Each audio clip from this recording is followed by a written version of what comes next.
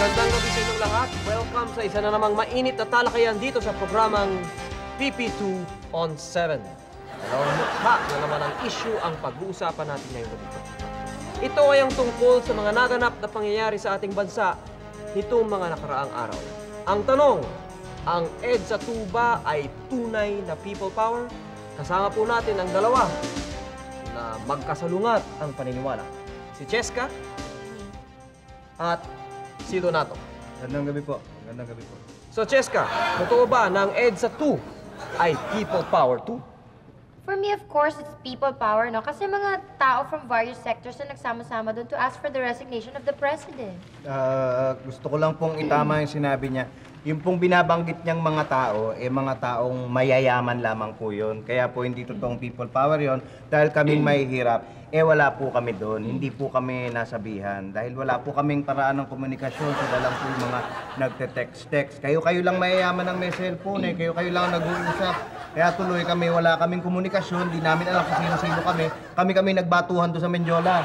Why naman? Hindi nyo ba narinig yung noise barrage? At saka, hindi nyo ba nakita yung mga taong who went there the first night? My God, di sana sumama na lang kayo doon, no? Noise barrage po. Paano kami makakasama dyan sa noise barrage na yan? Yung noise barrage po na yan, yan po, puro busina po yan ng kotse, di po ba?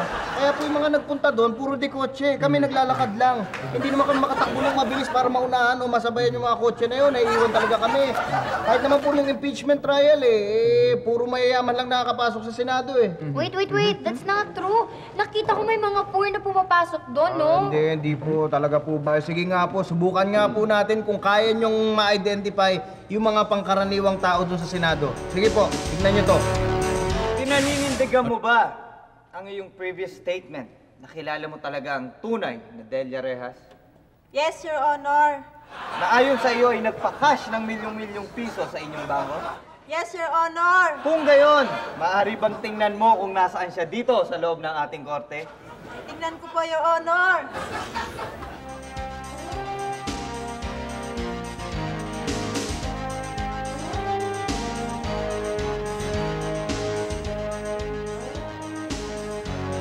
Medyo nakakalito po, Your Honor. Bakit naman, Miss Witness? Oo.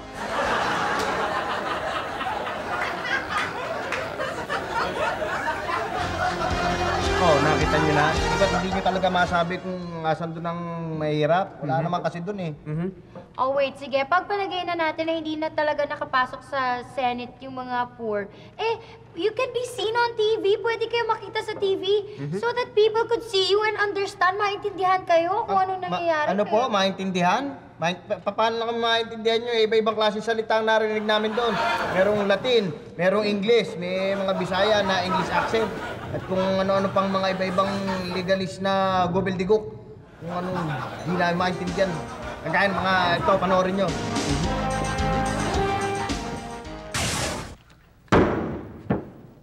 This court is now in session. Please call in the witness. Mr. Chief Justice, we would like to present our witness. All right. Get the witness, please.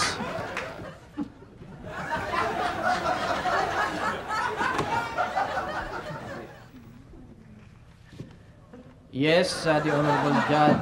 Yes, from the defense panel, yes? Mr. Chief Justice, Yes. we would like just, to ask for a clarification Yes. about the burden of evidence and the burden of truth. Well, So, all right. thank We will have a... Mr. Chief Justice, to shed light on this matter, can you allow me to read the excerpt from this book?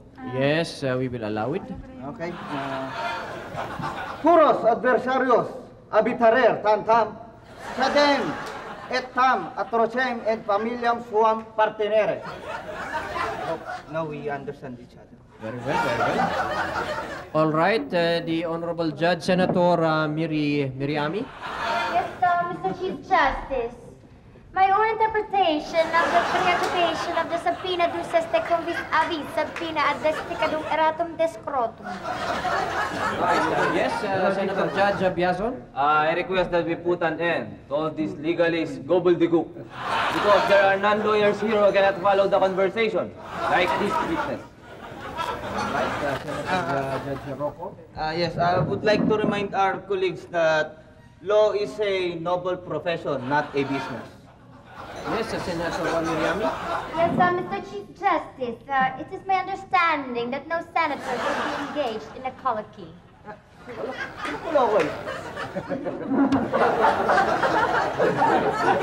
Mr. Chief Justice, Yes, Senator Miriami. I would like to admonish and reprimand those people in the gallery who stood up and looking at me in a provocative way. Right. Who are those people? Will you please pinpoint those people who have looked at you in a provocative way? Yes, That ma'am. one, that one, and that one. All right. Order in the court. Thank you. I would now like to give my ruling on the issue at hand. Legalist gobbledygook is okay. We can talk in any manner we are most comfortable. You see, this is a democracy. Yes, the Honorable Judge Abiason. Thank you, Mr. Chief Justice. All right. Now let us proceed with the testimony of the witness. Mr. Witness, pwede mo bang sabihin sa korteng ito kung ano ang nakita mo sa opisina ng Presidente? Bali na tanik ni Kota na jumirma siya sa mga achuchuchong name sung na sa Velazquez. Mga mudwang sukuan ng layonesa ni Kota sa Sonya. Kaya tanik na tanik ni Kota ang hatlay. Habang ang ibang utaw ondo kaming kamadra. Sa liyan sa Doriwa, sa liyan sa Jonan. Oh, di po ba't napakahirap intindihin nun? Of course not. Bakit ako naiintindihan ko? Eh, Kaya ganyan medyo pa yun, nagkakainitan po ang pinagkailangan talakayan. Mabuti pa mag-commercial muna tayo.